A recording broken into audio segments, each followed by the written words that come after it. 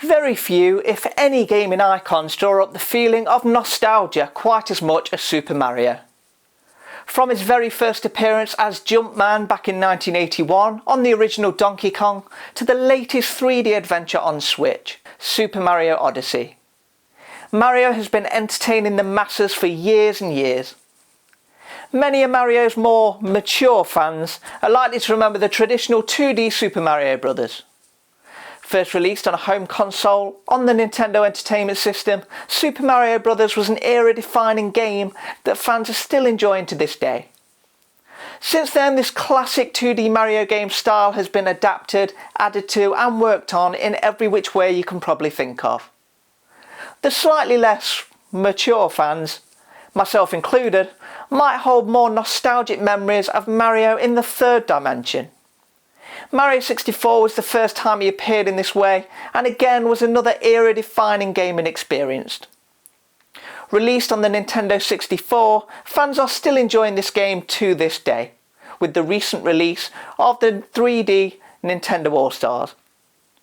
The difference between game experience from the classic 2D Super Mario Bros. To that experienced in the third dimension is evident straight away.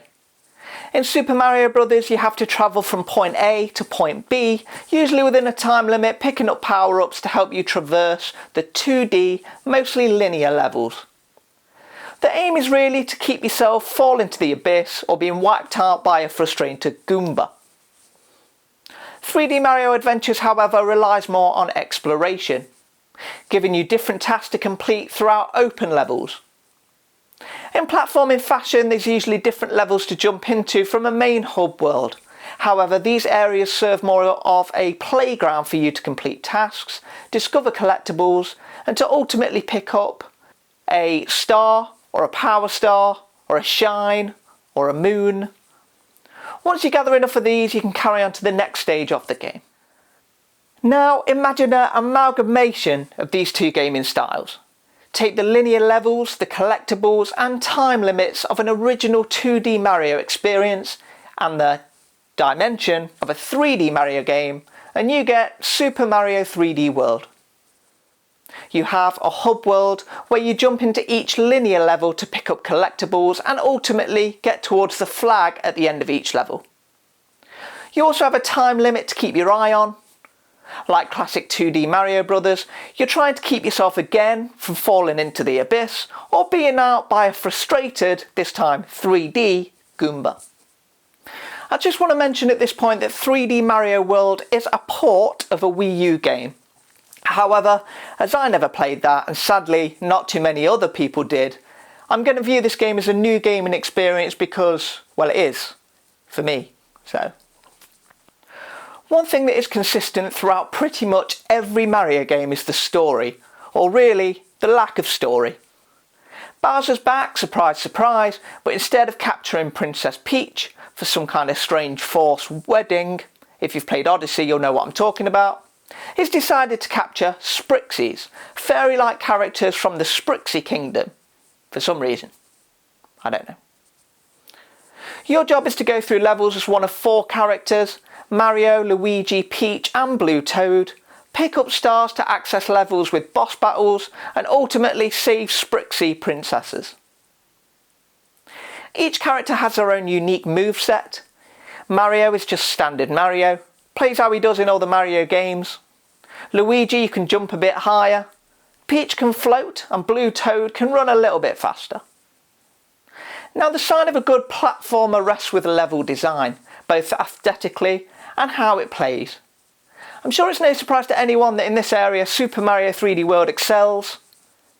As with most Mario games, it's simply stunning. No two levels feel the same from a visual standpoint. You have your standard Mushroom Kingdom style levels, your snow frozen levels, ghost house levels, space levels, and even some very memorable Carnival-esque levels. Thankfully the game isn't just style over substance either. Pretty much every level has different barriers to conquer, mountains to climb and even a dinosaur to ride. Thanks to the sheer variety of these barriers, you never feel yourself getting bored either. Generally you'll bump into different obstacles 2 or 3 times at most throughout your playthrough. This This keeps each idea fresh and makes you want to carry on playing to see what comes next.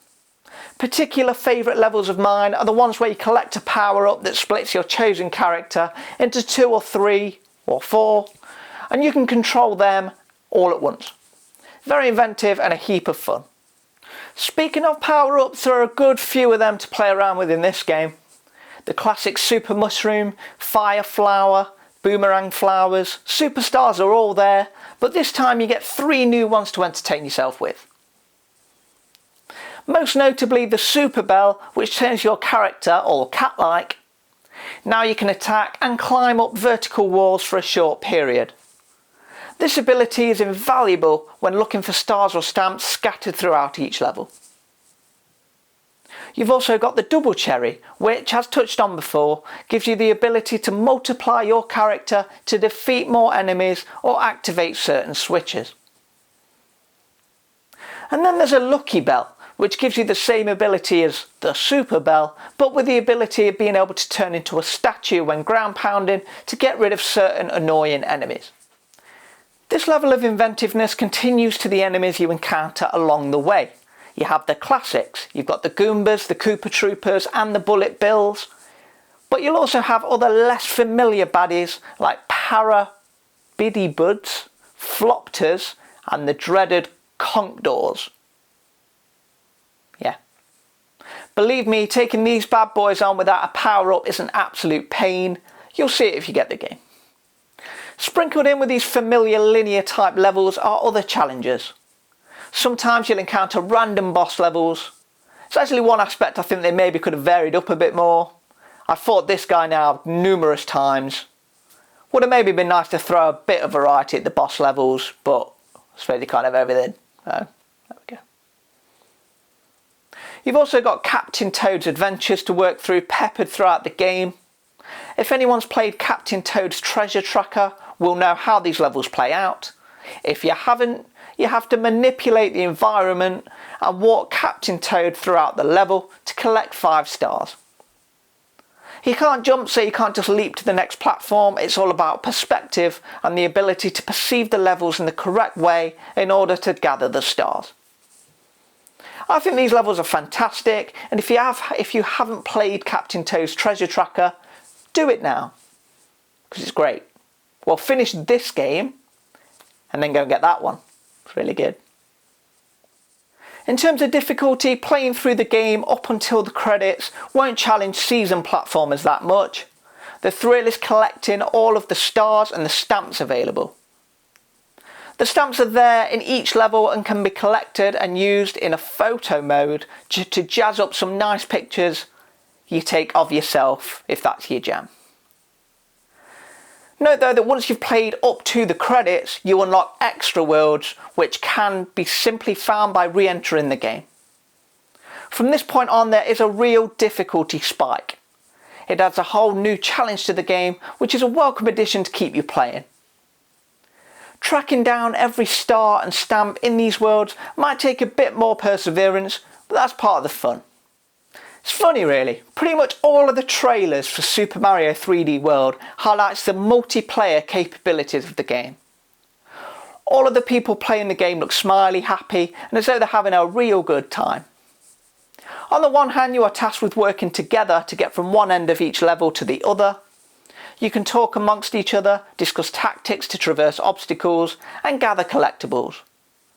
And then of course you realise that with each coin and collectible you collect, your points tally rises, and as your teammates gather collectibles, their points go up too. In the end, the person with the most points gets a crown, and now there's a whole new element to the multiplayer mode. Not only are you working together, but competing for the crown. So what's built as a cooperative experience turns into one of competition. What I'm saying is, I had a good time with it, but be careful who you play with. Also, another thing of note with the multiplayer is the camera. It's not split screen, the camera follows the character at the front of the pack, which can be a bit jarring, so just be aware of that. Another thing that's new to this game is that the multiplayer you can now play online with a friend who's away from you, which is good at this particular time, so that's good to know. Overall then, Super Mario 3D World is a lot of fun. The variety and design of each level, the baddies, the obstacles and the power-ups, I'm confident will keep people invested in this game. It's a cute and inventive continuation of what a game is to be a Super Mario game. I'm confident that it will please old traditionalist fans of the series, whilst pulling in new and less experienced gamers of all ages to the Super Mario Bros. Formula. I personally give this game a 9 out of 10. Unlike Super Mario 3D World, which feels like a middle child between old and new Mario experiences, Bowser's Fury, an exclusive for the Nintendo Switch, gave me the impression that we are looking at the future direction in the Mario universe. Unlike 3D Mario games of old, Bowser's Fury takes place on one large open map. You don't jump into pictures, paint splodges or transport to new galaxies to reach a new level. The map is purely open world, a first for a 3D Mario game. Where you can see, you can go. The first thing that really struck me with Bowser's Fury was just how beautiful it looked. The way the rain glistened off Mario almost looked next gen to me. It almost looked like a 4K remake of the Mario game, something you might see on YouTube mod videos. This continued through the rest of my playthrough. It really did surprise me just how beautiful the game looks. It's not the biggest game in the world. In terms of size, it's sort of the size range of sticking two Mario Odyssey worlds together. To be honest though, as an add-on to another brilliant game, I thought it was generous and definitely gave me enough content to keep me busy for a few hours. The plot as well almost had an undertone of being something much bigger than we've seen before. Rather than Mario saving the princess, or Sprixes, the main bulk of the game sees you helping Bowser Jr. to stop his dad, who's gone on a bit of a rampage and needs putting back in his place. Okay, it's not a deep narrative or anything, but it is a change from the norm, which in my opinion is a good thing. Aesthetically, there can be a number of comparisons made with Mario Sunshine, from Bowser Jr. and his paintbrush to the Cat Shines collectibles and the island prosthetic. There is clearly a Sunshine influence here. Speaking of Bowser Jr., he is a sidekick type character in this game. You can decide how much help he provides in terms of collecting things or defeating enemies from the menu, but it's something a little different. Having the usually mischievous Bowser Jr. there by your side. If you want to play two-player, there is the option in Bowser's Fury. However, player 2 is very much a supporting character, performing minor collecting tasks as Bowser Jr.